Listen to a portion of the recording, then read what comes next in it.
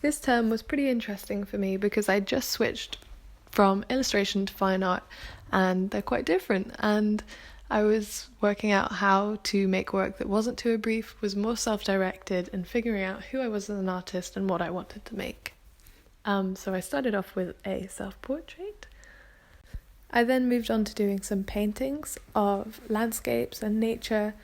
I like these paintings and I like their colour schemes, and I've always liked drawing nature, but I felt like they were a little superficial and I wanted to explore a little more depth in my work with a few more interesting materials. I then focused on this etching by Norman Ackroyd, which I absolutely love, and the drama of it and the chiaroscuro of it is amazing.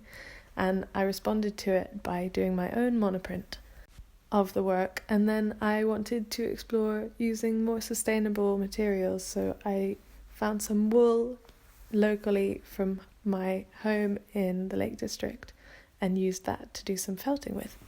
I then moved on to doing some life drawings at the life drawing classes at uni, and I've always really been interested in the human form, and life drawing in particular is one of my favourite topics. For this reason, I studied Jenny Saville for my essay. Her work explores a lot, but I'm most interested in her obsession with flesh and her portrayal of grotesque forms and their beauty. Her loose painting technique and colour palette are some of my favourite parts of her work. I brought a lot of inspiration from her into my next piece of this thigh, and I particularly focused on the veins, as I was very interested in the transparency of skin, and I focused a lot on the undertones similar to in Jenny Saville's work, because I love the reds and the blues popping through. These next works are from a workshop that I did with my studio mate that was ideas generation and mark making based. It was really interesting working alongside them and seeing the different responses we had to the paint. A lot of the things that came out were mycelium, veins, roots, paths and possibilities and patterns in nature, which I wanted to focus on. I then went into nature and took photos of patterns that cropped up regularly. For instance, the woodworm that manifests in this techie pattern that's amazing, and the water running through the sand. I responded to these with some prints and just kind of exploring how I can represent some of the patterns in nature, and I enjoyed making these. I then attempted to do a large piece, and it was huge, and it's a real lesson that you really need to plan if you're going to do a big piece. So this was useful for that reason, and there were quite a few things that I liked about it, like the woman's body and her contours, and comparing women's bodies to trees and the patterns that I managed to create with paint and glue, but too big for no planning. I then went to the Barbara Hepworth Museum, and I really got inspired to do some more 3D work because it was just so much more interactive than what I was doing, and I just love this piece because it looks like two people hugging, and it's amazing and very impressionistic, and I think it looks so natural and so fitting in the garden.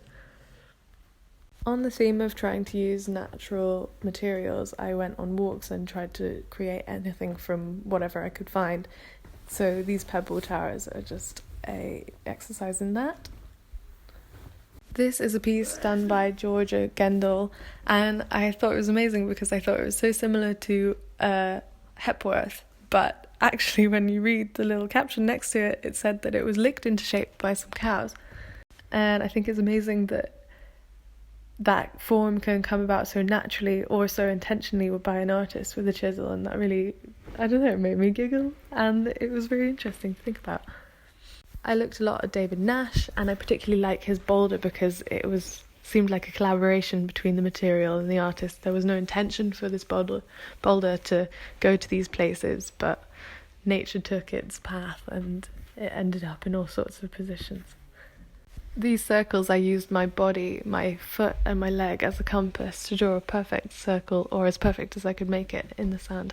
And in the sense of like Da Vinci and our bodies as compasses and how perfectly they are geometrically and as a tool.